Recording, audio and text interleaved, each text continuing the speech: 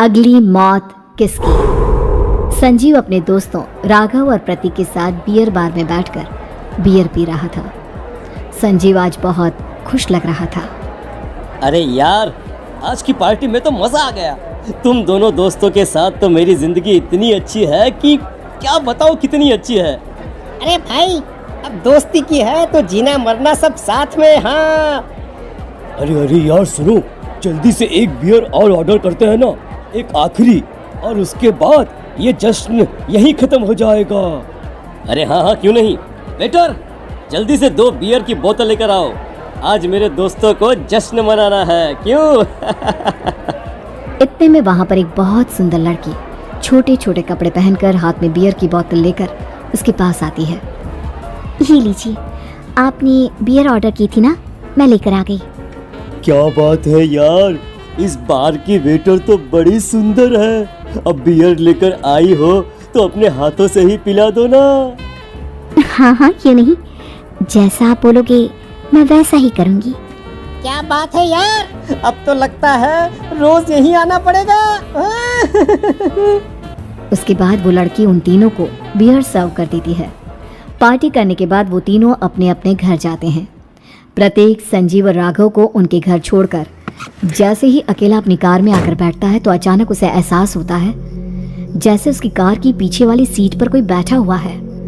वो तुरंत पीछे मुड़कर देखता है। तुम यहाँ क्या कर रही हो? और तुम मेरी कार में कब आई? अरे तुम तो बार में वेटर थी ना।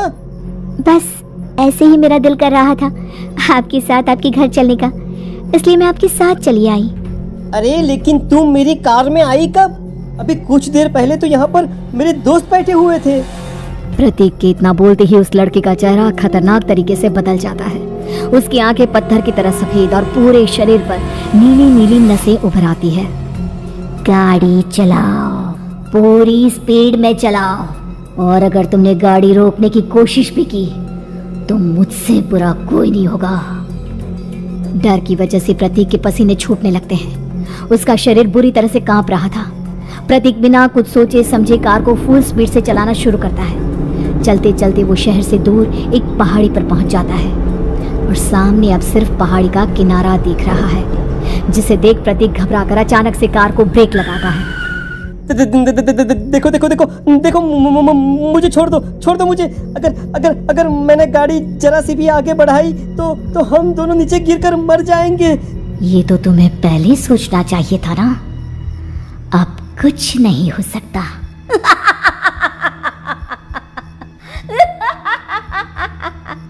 छोड़ दो मुझे। नहीं प्लीज मुझे छोड़ दो। प्लीज मुझे जाने दो। छोड़ दो मुझे। गाड़ी आगे बढ़ाओ। और तभी अचानक से बिना प्रतीक के स्टार्ट किए उनकी कार आगे बढ़ती है और गहरी खाई में गिर जाती है। उसके चीखने की आवाज़ें चारों तरफ सुनाई देती है।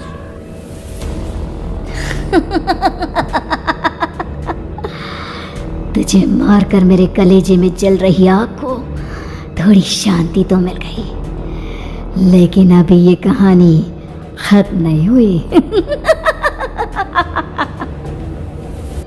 और फिर अगले दिन राघव और संजय को पता चलता है कि प्रतीक की पहाड़ी से नीचे गिरकर मौत हो गई।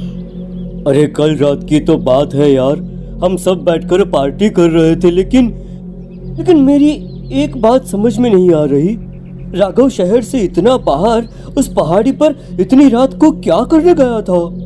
अरे यार, वही सोचकर तो मैं भी परेशान हूँ।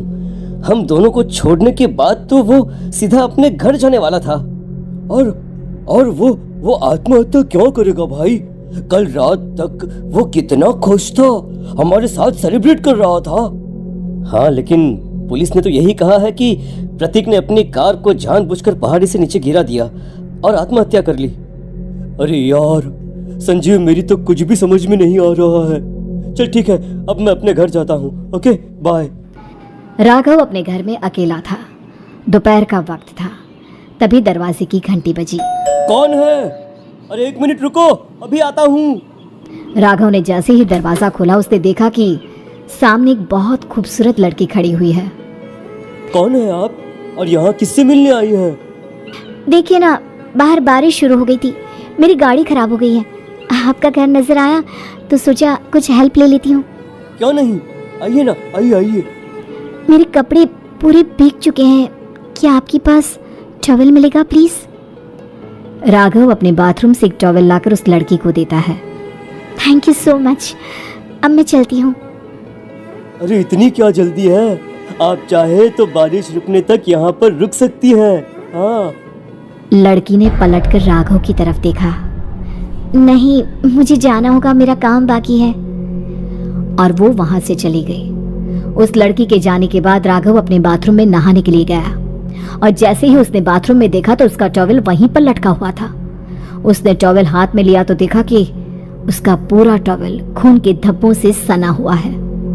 अरे अरे ये क्या, ये टॉवल तो मैंने उस लड़की को दे दिया था, ये वापस मेरे बाथरूम में कैसे आ गया?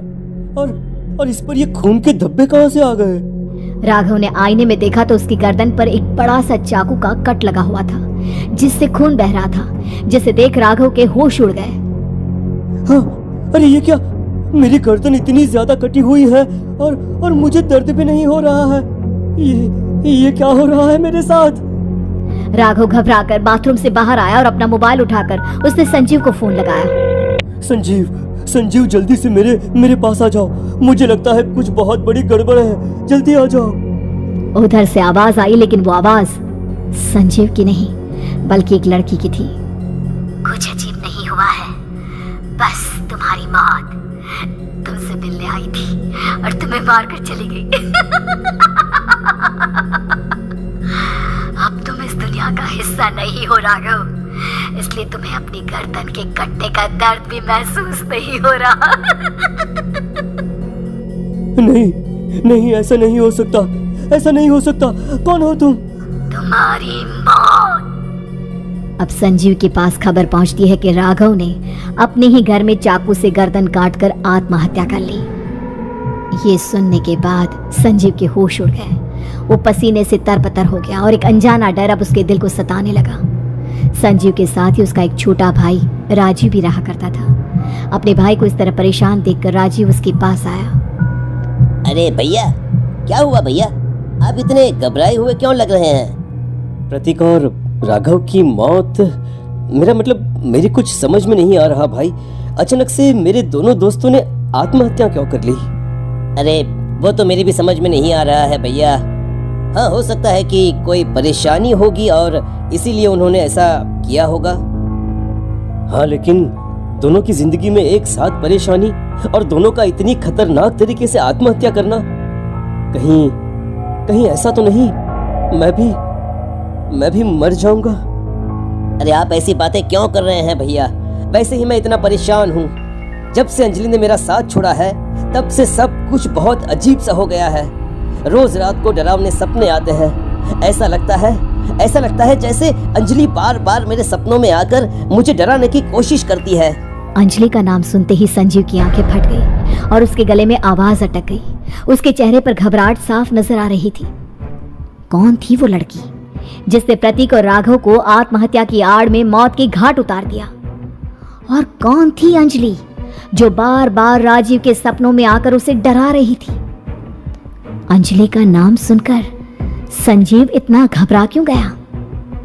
इन सवालों के जवाब जानने के लिए देखिए इस खतरनाक कहानी का अगला भाग। चुड़ैल पार्ट 1।